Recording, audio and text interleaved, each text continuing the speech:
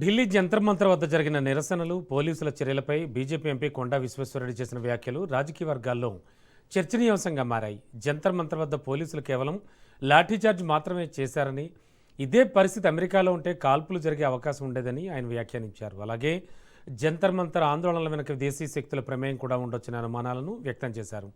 దేశాన్ని విచ్ఛిన్నం చేసేందుకు బంగ్లాదేశ్, నేపాల్ వంటి ప్రాంతాల నుంచి కుట్రలు జరుగుతున్నాయన్న అనుమానాలు వ్యక్తమవుతున్నాయని కొండా తెలిపారు. విదేశీ కుట్రలు ప్రతిపక్షాల ప్రయోజనాల కోసం జరుగుతున్న కుతంత్రాలను అడ్డుకునేందుకే ప్రధాని మోడీ స్వయంగా రంగంలోకి దిగుతున్నారని చెవెళ్ల ఎంపీ కొండా విశ్వేశ్వరరెడ్డి చెప్పారు. విద్యార్థులతో నేరుగా మాట్లాడుతూ పరిస్థితులను సమీక్షిస్తున్న ప్రధాని మోడీ నాయకత్వాన్ని ప్రశంసించిన కొండా దేశ ఐక్యత, భద్రత విషయంలో అప్రమత్తంగా ఉండాల్సిన అవసరం ఉందని చెప్పారు.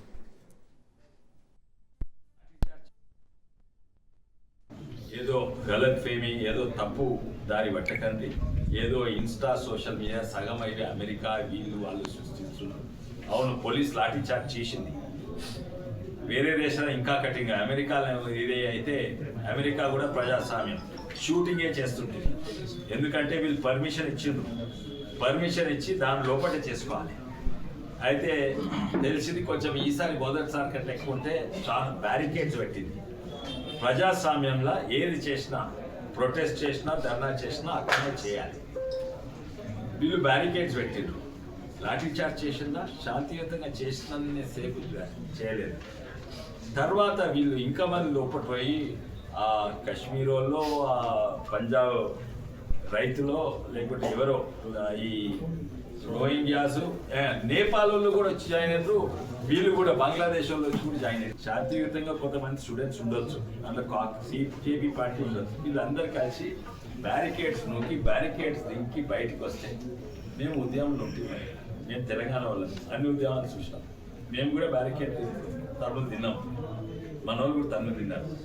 కానీ ఎప్పుడైతే మేము పోలీస్ మీద నేను తన్నులు తిన్నాం కానీ పోలీసులను తన్నలేదు.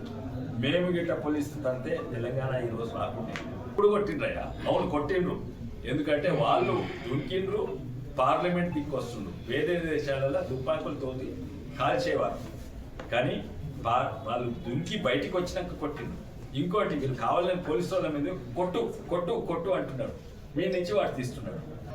మోడీ గారికి ప్రజల మీద, స్టూడెంట్స్ మీద నమ్మకం ఉంది. ఇది ఏదో నేపాలో, బంగ్లాదేశో, శ్రీలంక కాదు.